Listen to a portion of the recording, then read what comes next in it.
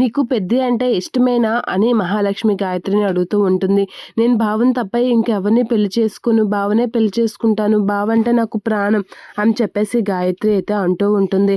అయితే నీకు నేను పెళ్లి చేస్తాను, ఎప్పుడో కాదు ఇప్పుడే పెళ్లి చేస్తాను, ఈరోజే పెళ్లి చేస్తాను, నువ్వు చక్కగా నీ బట్టలు చీర కట్టుకొని వచ్చే, నేను పెద్దిని తీసుకొచ్చి ఈ కళ్యాణ మండపంలోనే ఇక్కడే మీ ఇద్దరికి పెళ్లి చేస్తాను, పెళ్లి చేసే బాధ్యత నాది అని మహాలక్ష్మి చాలా గట్టిగా అంటూ ఉంటుంది.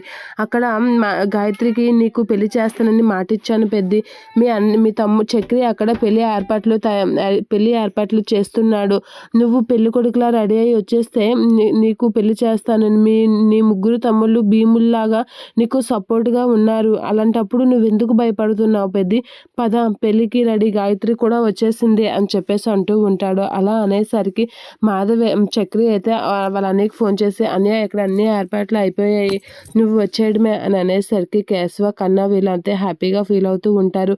లేపెద్ది వేగంగా రెడీ అయ్యి వచ్చేస్తే వేగంగా పెళ్ళి అయిపోతుంది, ఎందుకు అలా మీరు ఒకరినొకరు తలుచుకొని బాధపడే కన్నా ఇలా పెళ్లి చేసుకుంటే మంచిది కదా అని చెప్పేసి అంటూ ఉంటుంది మహాలక్ష్మి. ఇక పెద్ది అయితే పెళ్లి కొడుకులా రెడీ అయ్యి వస్తూ ఉంటాడు. అది చూసి కేశవ వీళ్ళు చాలా హ్యాపీగా ఫీల్ అవుతూ ఉంటారు. ఇక గాయత్రి అయితే వాళ్ళ అమ్మకి తెలియకుండా చీర కట్టుకొని నగలు పట్టుకొని గుడికైతే వస్తూ ఉంటుంది, వాళ్ళ అమ్మకి తెలియకుండా వస్తూ ఉంటుంది. ఇక పెద్ది అయితే పెళ్లి కొడుకులా రెడీ అవుతూ ఉంటాడు, గాయత్రి అయితే వస్తూ ఉంటుంది. ఇక వాళ్ళ అమ్మకి తెలియకుండా అయితే వచ్చేస్తూ ఉంటుంది. ఇక గాయత్రి కోసం అయితే ఎదురు చూస్తూ ఉంటారు పెద్ది, మహాలక్ష్మి వీళ్ళందరూ.